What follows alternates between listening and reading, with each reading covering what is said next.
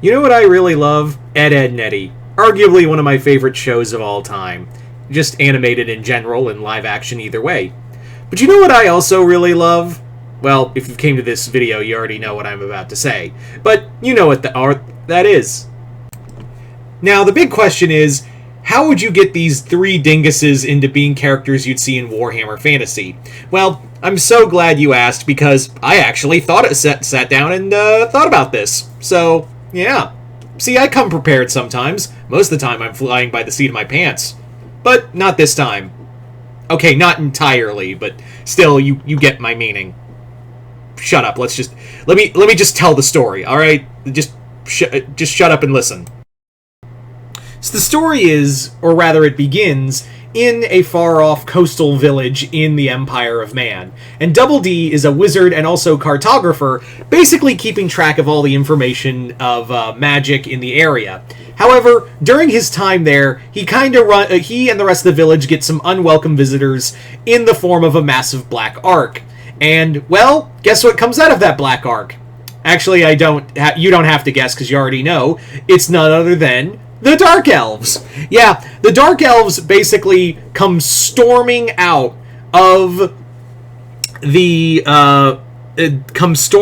gate, slashing and hacking and burning everything, and Double D is among the others, captured and taken upon the Black Ark in order to be taken back to Nagaroth, to be done with as the Dark Elves will. Because you see, one thing I can tell you about going to Nagaroth is, don't go to Nagaroth. The people there are awful. You know this, the Dark Elves are awful. And they'll rape you kill you again, rape you again, and then probably, I don't know, do really horrendous things to your dead corpse before resurrecting it, and doing all of that over again. So needless to say, Double D's going through it. So Double D is trapped now on this Black Ark, headed back to Nagaroth to be tortured and murdered and turned into a human sex toy against his will. So it's needless to say, poor old Double D is going through it. Now, Double D does know some magic. He has learned some forms of magic, but unfortunately he's being suppressed by it. However, in the dead of night, he hears a whispering among the shackled slaves. In there, he hears Eddy, who is another captured soul that the Black Arks have absconded with his entire village. And Eddy essentially is like, I'm Eddy. I slit my cuffs. I heard from the crowd that you're a wizard. And Double D's like, yeah, I am. Who are you? And Eddy is like, you've never heard of me, the great Eddy? And he's like, no. Should I? So Eddy is just like, Pshaw, mortal. You stand before a true hero of Britonia. Yes, Eddy, poor Eddy, is in this continuity, he is from Britonia. So Eddy tells Double D that he is a knight, or at least a cavalryman, in the army of Britonia. They fell under attack by a dark elf raid, and he and his family were separated. As he fought valiantly against the Dark Elves, he was overwhelmed as his family was all slain, and he was the only survivor.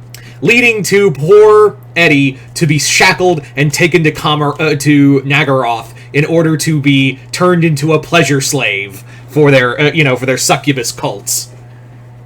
Or so Double D manages to go, you're not that. You're so full of bullshit. And that's when Eddy reveals the truth, because yes, while he is from Britonia, his family are just peasants, and his brother was the cavalryman in their family, and he got killed immediately while charging a dark elf archery barrage against everyone's orders. However, Eddy basically says, look, I'm a fraud, but I know how to get off this ship, and I need some magic to back me up. I do know how to fight. Can you, if you help me, the both of us can get off this ship, and we can get to freedom. And that's exactly what happens. Double D and Eddy manage to sneak off the Dark Ark on a... Thankfully, the two of them manage to make it back to the Empire of Man, even though it's in a different coast. At this point, Double D and Eddy are like just exhausted from 3 weeks at sea, but they've made it back. And Eddie's just like, well, thank you, sir. Even if you are a charlatan, I look back to going back to Reichland and reporting all of this. Hopefully, Karl the Emperor will listen to these to have a stronger navy to repel these raids. At that point, however, Eddie's like, now wait a minute, buddy. You know, you and I made a pretty good team there. Why should we stop there? So Eddy basically convinces Double D that they should go into the monster fighting business. You know, adventures, gold, women, alcohol, recognition. Double D is at first like, I don't know, that sounds really dangerous and I have a stable job. And to which Eddy's like, come on, man. Everyone wants to be an adventurer deep down. Isn't that what you want to be too?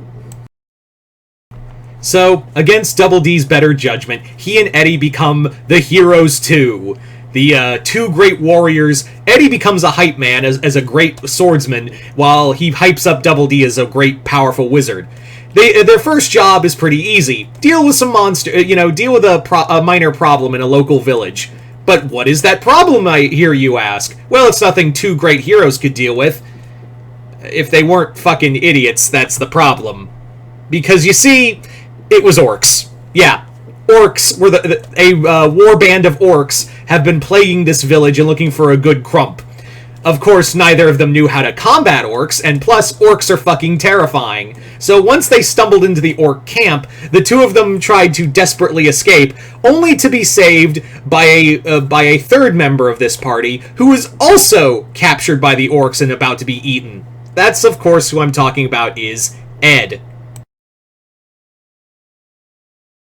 See, Ed was from another village, and the orcs captured him after he crumped about a good half of this warband's group, even killing some of the stronger orcs in the group in the band. Now, the big thing is that the orcs were so in on Ed that they wanted to take him back to Black Mountain Pass so they could give him back to the war boss as something to crump personally. However, that was because Ed had a pebble in his shoe. So, of course, with Ed's help, the three of them managed to bumblefuck their way into defeating the orcs and be claimed a hero. Mostly through Double D got a lucky shot off of a cliff and caused a rock slide that buried all the orcs in the ensuing chaos. From there, Eddy proudly proclaimed that they were no longer the Warriors 2, the Heroes 2, they are now the Heroes 3. And you can probably guess where this story is going. Yeah, it's basically kind of like a D&D story. And you may be thinking, well, why didn't you just put this in D&D? Shut up, it's my fanfiction.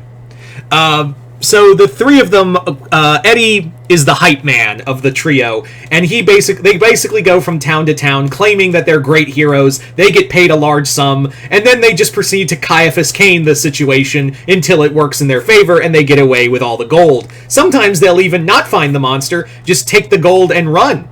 But in the meantime, there's gold to be had, there's fights to be won, and there's adventures out there. Double D is like, well, I could just take down all the information we have, and it would better help the Empire of Man. Whereas Ed is like, monster go smash. So yeah, that's the gist of the story. Is that it's a very D&D type story. And, yeah, just a couple things they tend to run into.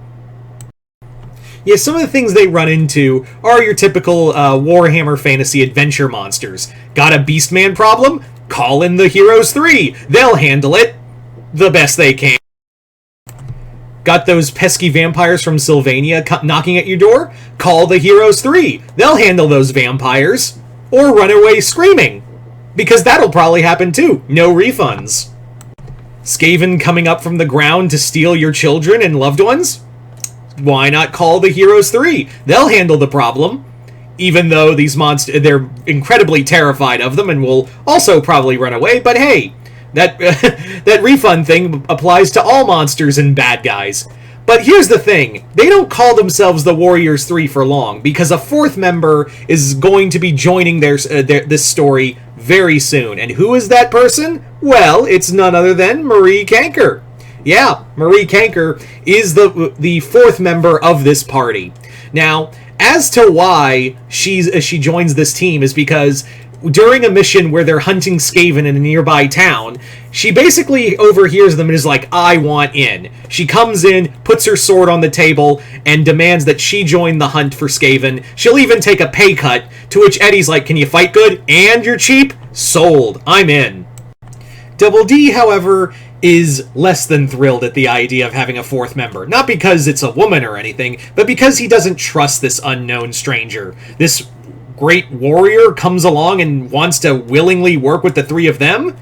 He understands the standards they have, which is none. So he's admittedly just a wee bit suspicious as to Marie's intentions. Marie then adds, you know, for her fee, she wishes to not only have just a small piece of the gold, only like a 10% cut of the gold, but she also wishes to break the little man on her wheel. And to which Double D is like, what wheel? What wheel is she talking about, Eddy? What wheel is she talking about, Eddy? So, probably guess that she grabs Double D, slings him over his shoulder, and carries him up to the tavern's upper levels for over the night. The next following night, the four of them travel deep into the sewers and deep into the tunnels of this town in order to find the Skaven. And as they're hunting the Skaven, Double D takes this moment to ask, you know, why do you hate the Skaven so much? It seems like you really wanted to join just to go Skaven hunting. To which Marie is like, yeah, I had my sisters and I were abandoned by people we called our family, and the Skaven attacked us. Those members of people who I thought were our family left us to die, and the three of us fought for at least, for hours trying to stay alive. The Skaven carried off my two sisters, and I was left to hunt after them. So, Marie, what happened was, she's killed Skaven. She killed a lot of Skaven. So many Skaven that all of Clan Moulder now has PTSD at the name of Marie Canker, the Skaven Slayer. Yeah. So she did tell Double D that, yeah, she did find her sisters, but they were all turned into both turned into rat ogres by Clan Moulder.